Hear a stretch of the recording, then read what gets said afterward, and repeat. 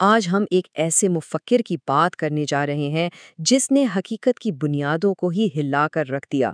جی ہاں، ہم بات کر رہے ہیں پارمینائڈیز کی، ایک ایسا نام جو فلسفے کی تاریخ میں ہمیشہ گونجتا رہے گا۔ تو آئیے سیدھا اس بنیادی سوال پر آتے ہیں جو پارمینائڈیز کے فلسفے کی روح ہے۔ کبھی سوچئے، یہ جو دنیا ہم اپنے ارد گرد دیکھتے ہیں، یہ بدلتے ہوئے موسم، لوگوں کا بچپن سے بڑھاپے تک کا سفر، چیزوں کا بننا اور پھر ٹوٹ جانا، کیا ہو اگر یہ سب محض ایک دھوکہ ہو، ایک وہم؟ قدیم یونان میں اس وقت سوچ کے دو بالکل مختلف دھارے بہہ رہے تھے۔ ایک طرف تھے ہیراکلائٹس، ان کا کہنا تھا کہ سب کچھ بہہ رہا ہے، یعنی اس کائنات میں تبدیلی کے سوا کچھ بھی مستقل نہیں، بالکل ایک دریا کی طرح جو ہمیشہ چلتا رہتا ہے۔ اور پھر دوسری طرف تھے پارمینائڈیز، جنہوں نے کہا رکو، تبدیلی تو ممکن ہی نہیں۔ ان کے مطابق حقیقت ایک، ابدی اور کبھی نہ بدلنے والی شے ہے، اور یہی فلسفے کی تاریخ کی سب سے بڑی بحثوں میں سے ایک کی شروعات تھی۔ تو چلیے اس 2500 سال پرانی فکری جنگ کی گہرائی میں اترتے ہیں، جس نے مغربی فلسفے کی پوری سمت ہی بدل کر رکھ دی۔ ذرا تصور کیجئے، ہم 25 صدیاں پیچھے جا رہے ہیں، یعنی حضرت عیسیٰ علیہ السلام سے بھی 5 صدیاں پہلے۔ ہم ملنے جا رہے ہیں اس عظیم مفکر سے جس نے اس حقیقت کو چیلنج کیا جو ہم روز اپنی آنکھوں سے دیکھتے ہیں۔ اور اس دور کے مرکز میں وہ شخصیت تھی جس کا فلسفہ اتنا انقلابی تھا کہ آج تک اس پر بحث ہوتی ہے، پارمینائڈیز۔ تو پارمینائڈیز کا ظہور 5ویں صدی قبل مسیح میں ہوا۔ انہوں نے نہ صرف اپنے نظریات پیش کیے بلکہ ایک پورا فلسفیانہ مکتبہ فکر بھی قائم کیا، اور تو اور ان کے شاگرد زینو نے ان کے کام کو ایسے دلائل کے ساتھ آگے بڑھایا جو آج بھی ذہنوں کو الجھا دیتے ہیں۔ ایلیا، جہاں وہ رہتے تھے، صرف ایک جگہ نہیں تھی بلکہ ایک فکری مرکز تھا۔ آج کے نقشے پر دیکھیں تو یہ جنوبی اٹلی میں نیپلز شہر سے کچھ دور واقع ہے۔ یہیں سے ان کے انقلابی خیالات پوری یونانی دنیا میں پھیلے۔ ایلیائی مکتبہ فکر نے فلسفے کی تاریخ میں ایک نیا باب شروع کیا۔ اس مکتبہ فکر نے کہا کہ اپنے حواس پر بھروسہ کرنے کے بجائے سچائی تک پہنچنے کا واحد راستہ خالص منطق اور عقل ہے۔ ٹھیک ہے، تو آئیے اب اس منطق کو سمجھنے کی کوشش کرتے ہیں جس کی بنیاد پر پارمینائڈیز اس حیران کن نتیجے پر پہنچے کہ تبدیلی ناممکن ہے۔ یہ جملہ ان کے فلسفے کا نقطۂ آغاز ہے۔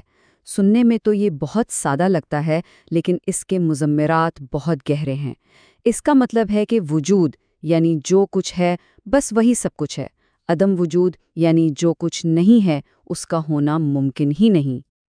اچھا، اب یہ نتیجہ نکلا کیسے؟ یہ بہت دلچسپ ہے۔ انہوں نے دلیل دی کہ اگر آپ کچھ نہیں یا لا شے کے بارے میں سوچتے ہیں تو وہ سوچنے کا عمل ہی اسے کچھ بنا دیتا ہے۔ اس کا مطلب کچھ نہیں کا تو وجود ہی ممکن نہیں، اور اگر کچھ نہیں ہے ہی نہیں تو کوئی چیز کچھ نہیں سے پیدا کیسے ہو سکتی ہے؟ اس منطق کے حساب سے تو پھر تخلیق، فنا اور ہر قسم کی تبدیلی سب ایک وہم ہے۔ تو اس ساری منطق کا حتمی نتیجہ کیا نکلا؟ یہ کہ حقیقت ایک ہے، ناقابل تقسیم ہے اور مکمل طور پر ساکن ہے۔ یہ نہ کبھی شروع ہوئی اور نہ ہی کبھی ختم ہوگی، یہ بس ہے۔ یہ ہمارے روزمرہ کے تجربے سے بالکل ہی مختلف تصویر ہے۔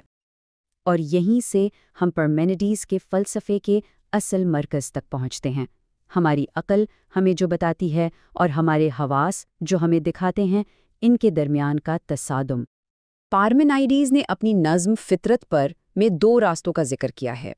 ایک ہے سچائی کا راستہ جو منطق اور عقل کا استعمال کر کے ہمیں حقیقی غیر متغیر وجود کی طرف لے جاتا ہے، اور دوسرا ہے رائے کا راستہ جو ہمارے ناقابل اعتماد حواس پر انحصار کرتا ہے اور ہمیں تبدیلی اور کثرت کی فریب زدہ دنیا میں رکھتا ہے۔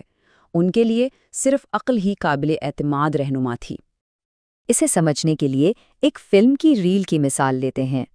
جب ہم فلم دیکھتے ہیں تو پردے پر ہمیں ایک چلتی ہوئی کہانی نظر آتی ہے، صحیح؟ لیکن اصل میں کیا ہوتا ہے؟ وہ تو صرف ساکن یعنی ٹھہری ہوئی تصویروں کا ایک سلسلہ ہوتا ہے جو تیزی سے چلایا جا رہا ہے۔ پارمینائڈیز کے مطابق ہمارے حواس بھی ہمیں ایسی ہی حرکت کا دھوکہ دیتے ہیں، جبکہ حقیقت ان ٹھہرے ہوئے فریموں کی طرح مستقل اور نہ بدلنے والی ہے۔ ہو سکتا ہے یہ ساری باتیں بڑی عجیب لگ رہی ہوں، لیکن فلسفے کی تاریخ میں پارمینائڈس کا یہ نظریہ ایک بہت بڑا چیلنج بن گیا۔ اس نے اپنے بعد آنے والے ہر فلسفی کے لیے ایک بنیادی سوال کھڑا کر دیا۔ اسے پارمینائڈس کا چیلنج کہتے ہیں۔ انہوں نے فلسفیوں کو مجبور کر دیا کہ وہ ثابت کریں کہ اگر تبدیلی ہے تو آخر منطق کے حساب سے کیسے ممکن ہے۔ فلسفے کے دو سب سے بڑے نام افلاطون اور ارسطو، انہوں نے اپنی زندگی کا ایک بڑا حصہ اسی مسئلے کو سلجھانے میں لگا دیا۔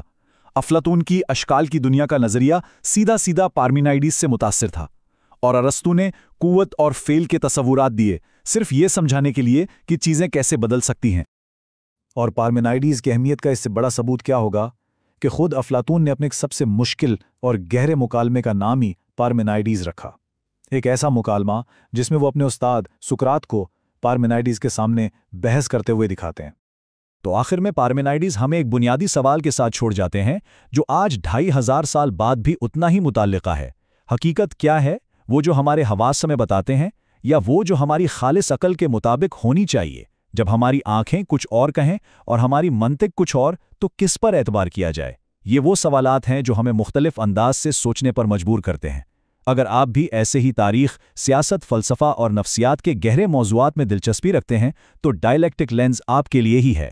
ابھی سبسکرائب کریں اور ہمارے ساتھ مل کر سوچ کے نئے زاویوں کو تلاش کریں۔